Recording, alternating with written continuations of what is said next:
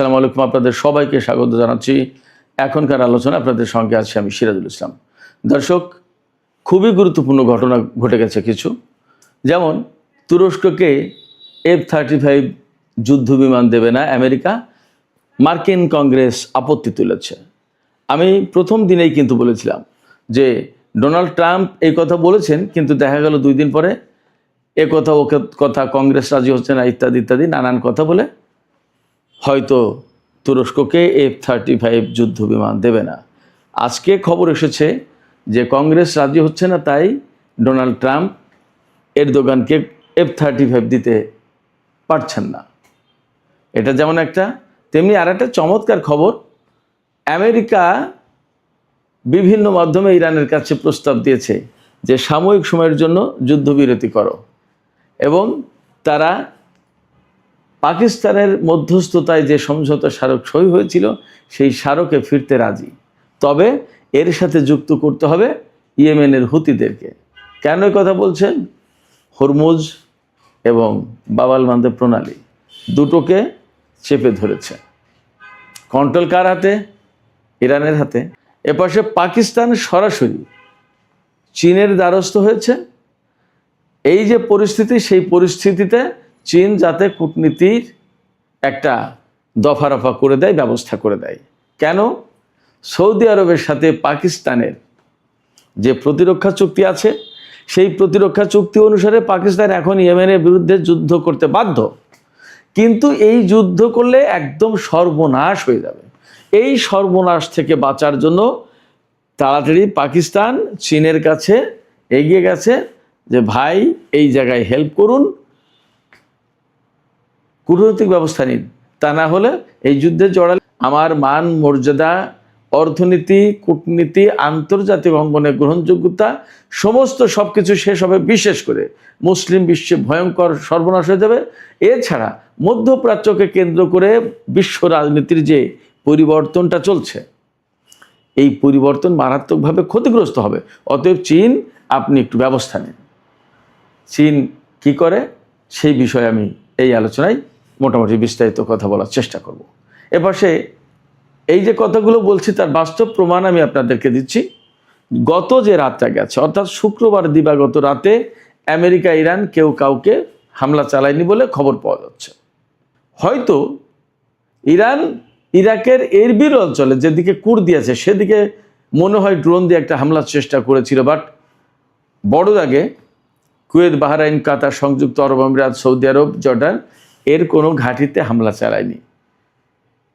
এই জায়গায় ইরানের সর্বোচ্চ জাতীয় নিরাপত্তা পরিষদের সচিব মোহাম্মদ বাকের জুলকাদর তিনি বলেছেন, শত্রুরা কমপ্লিটলি সারেন্ডার না করা পর্যন্ত কোনো যুদ্ধবিরতি হবে না।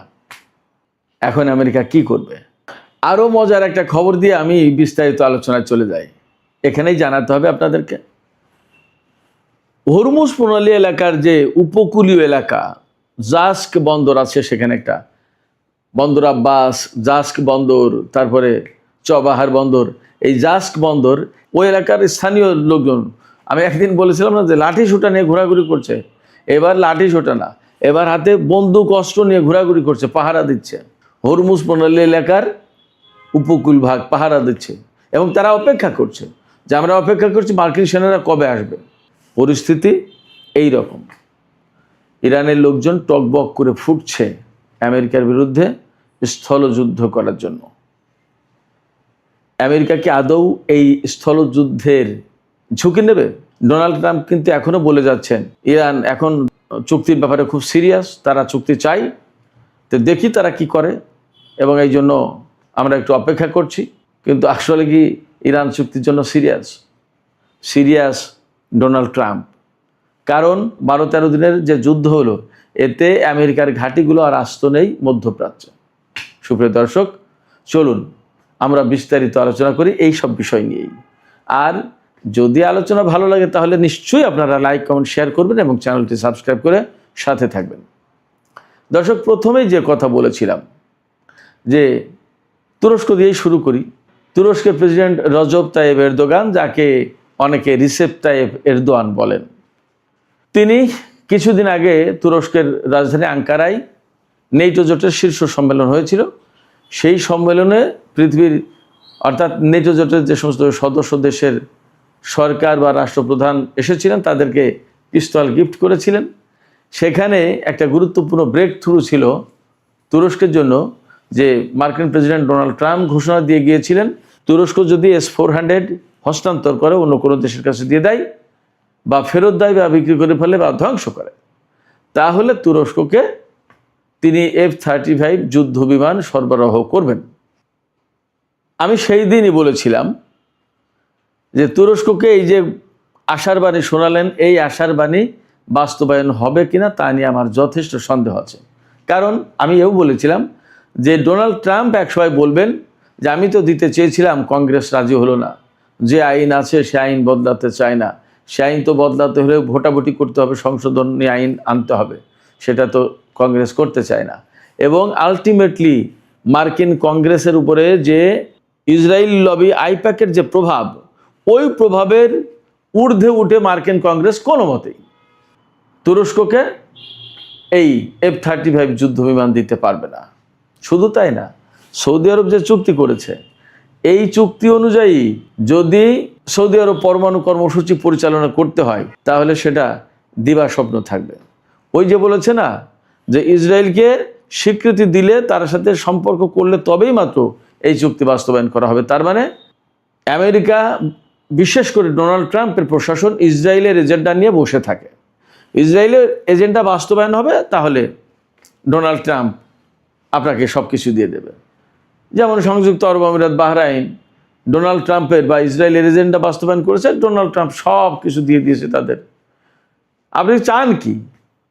অ্যামাজন, গুগল, আমি তো সব মনের রাখতে পারছি না, সব বলতে পারতেন, মানে যত যত বড় বড় প্রযুক্তির যত ডেটা সেন্টার, যত F-30, শুধু F-35 দেয়নি, F-16, F-15, কত কত কী লাগবে সব দিয়েছে। কি চাই দিয়েছে, শুধুমাত্র ইসরায়েলের এজেন্ডাটা আপনি গ্রহণ করবেন, আপনাকে দিয়ে দেবে আমেরিকা সব।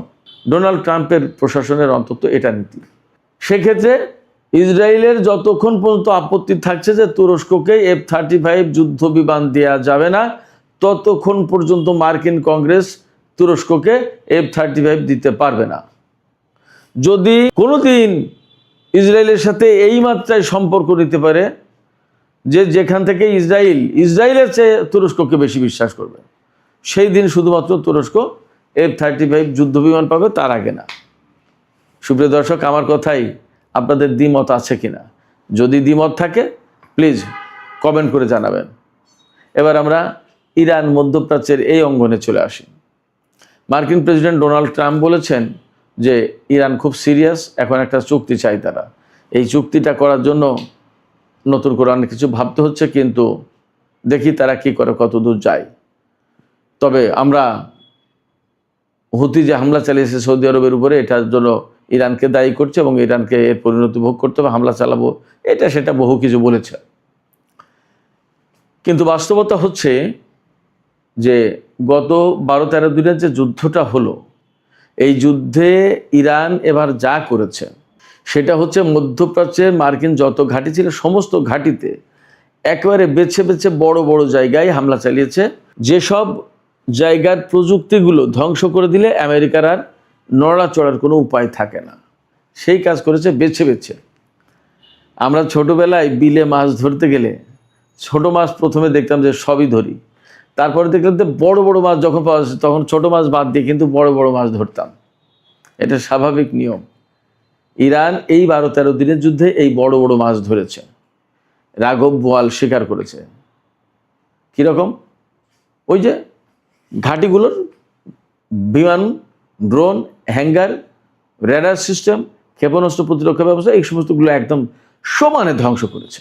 মার্কিন সেনা কিন্তু মারেনি, তারা এদেরকে দৌড়ের উপর রেখেছে, ভয়ের উপরে রেখেছে, ব্যাপকভাবে ভয় পাচ্ছে তারা। সিস্টেম ধ্বংস। এমনকি সামাজিক মাধ্যমে এমন খবর বেরিয়েছে, গত পরশু রাতে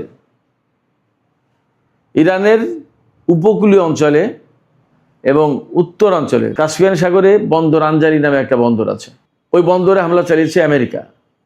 বলা হচ্ছে এই সমস্ত হামলায় আমেরিকা B-1 বোমারু বিমান ব্যবহার করেছে।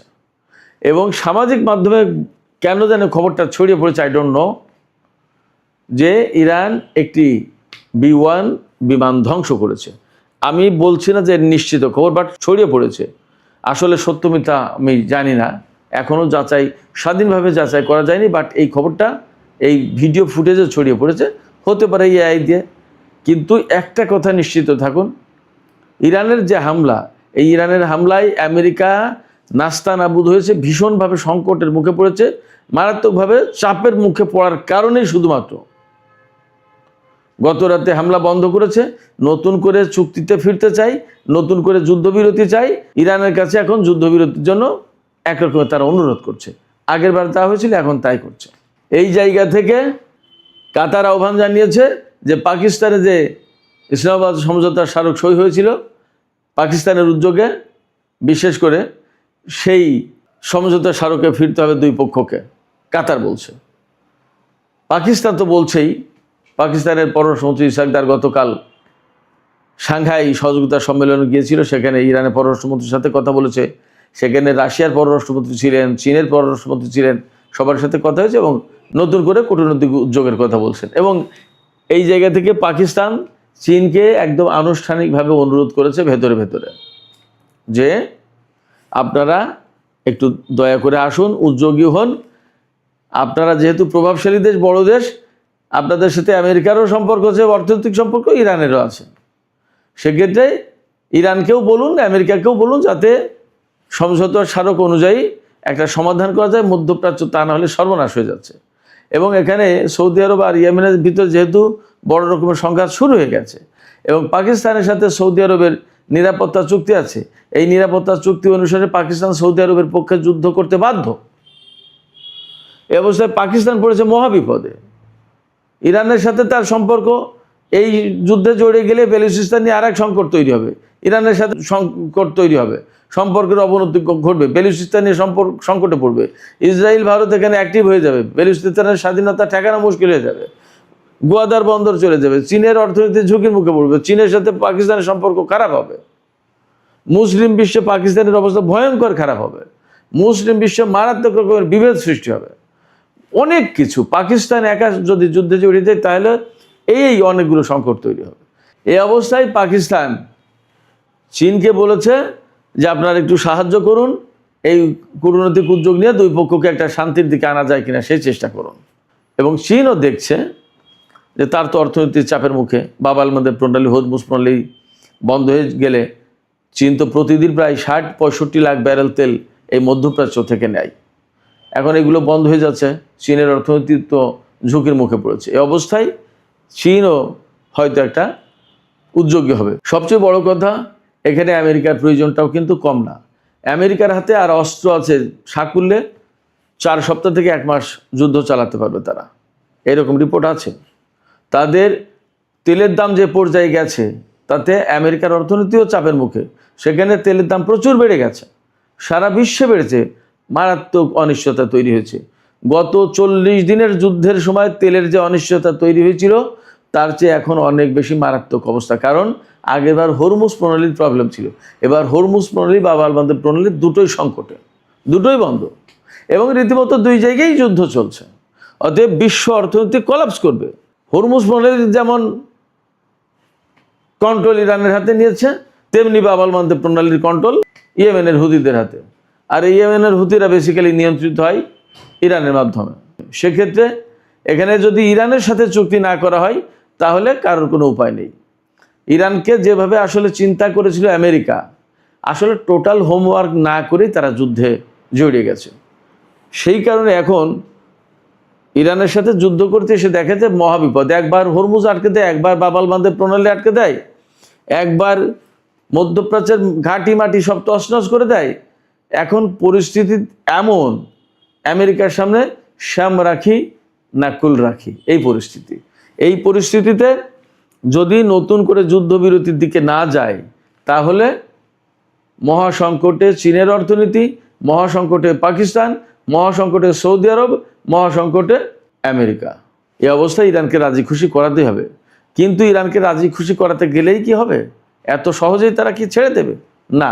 জাতীয় সর্বোচ্চ নিরাপত্তা পরিষদের সচিব মোহাম্মদ বাকের জুলকাদ্র তিনি সুস্পষ্ট ঘোষণা দিয়েছেন আজকে 25 জুলাই যে শত্রুরা পুরোপুরি সারেন্ডার না করা পর্যন্ত, অর্থাৎ আমেরিকা ইসরায়েল পুরোপুরি সারেন্ডার না করা পর্যন্ত তাদের সাথে কোনো যুদ্ধবিরতি হবে না।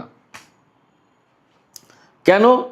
তিনি তাও পরিষ্কার করে বলেছেন, আমাদের মিনাব স্কুলে যে ছোট ছোট বাচ্চাদের হত্যা করেছে, আমাদের সর্বোচ্চ নেতাকে, আমাদের সামরিক কমান্ডারদেরকে, আমাদের বিভিন্ন পর্যায়ের মন্ত্রী এবং বহু সাধারণ মানুষ তারা হত্যা করেছে, তাদের রক্তের প্রতিশোধ নিতে আমাদের সময় প্রয়োজন এবং এই রক্তের প্রতিশোধ নিতে আমরা যুদ্ধ চালিয়ে যাব। সেক্ষেত্রে আমেরিকা চাইলেই এবার আর সম্ভবত যুদ্ধবিরতি করতে পারবে না। আর যদি যুদ্ধবিরতি করতে হয় তাহলে হয়তো প্রথম এবং প্রধান শর্ত হবে হরমুজ প্রণালী আমাদের কন্ট্রোলে থাকবে, তো থাকবেই। পুরো মধ্যপ্রাচ্য থেকে আমেরিকা এত দিনের ভেতরে চলে যাবে, এই সেনা সরানো হবে, প্রত্যাহার করা হবে, মধ্যপ্রাচ্য আমেরিকা মুক্ত হবে। তা না হলে আমরা যুদ্ধবিরতি করব না। এইরকম একটা কঠিন শর্তের ভিতর দিয়ে তাকে যেতে হবে, যুদ্ধবিরতি করতে হবে, ইরানকে রাজি করাতে হবে। আমার কাছে মনে হচ্ছে, দেখা যাক আসলে কি হয়। আর এর বিকল্প আর একটা আছে, ওই যে মধ্যপ্রাচ্যে 100 অন্তত রিফুয়েলিং ট্যাঙ্কার এনেছে, তার মানে ইরানকে তামা করে দেবে। কিন্তু ইরানকে তামা করে দিতে গেলে এই অঞ্চলে মার্কিন ঘাঁটি তো একটাও থাকবে না। ইরানের যা মনোভাব এবং ইসরায়েলের অস্তিত্ব থাকবে কিনা সন্দেহ আছে। সেই জায়গা থেকে আমেরিকা এই ধরনের বড় হামলার দিকে যাবে কিনা সেটা ভাববার বিষয়। এই জায়গা থেকে আমার মনে হচ্ছে যে আমেরিকা এবং অন্যরা প্রচণ্ডভাবে মরিয়া হয়ে উঠেছে ইরানকে আবার নতুন করে যুদ্ধবিরতির দিকে যেতে। দেখা যাক ইরান আসলে কোথায় গিয়ে কি করে। সুপ্রিয় দর্শক, এখনকার আলোচনা এখানে শেষ করতে চাইছি। আলোচনা শেষের আগে আপনাদের কাছে প্রশ্ন করি, আপনারা কি মনে করছেন? ইরান যে অবস্থানে যা এতক্ষণ বললাম, তাতে কি মনে হচ্ছে যে আসলে ইরান আমেরিকাকে আত্মসমর্পণ করতে বাধ্য করতে পারবে এবং আমেরিকা কি মধ্যপ্রাচ্য থেকে আসলে তাদের ঘাঁটি সরিয়ে নিতে বাধ্য হবে? কি মনে হয় আপনাদের? আপনাদের মতামত কমেন্টে জানাতে পারেন। আর ভিডিও ভালো লাগলে লাইক, কমেন্ট, শেয়ার করবেন এবং চ্যানেলটি সাবস্ক্রাইব করে সাথেই থাকবেন।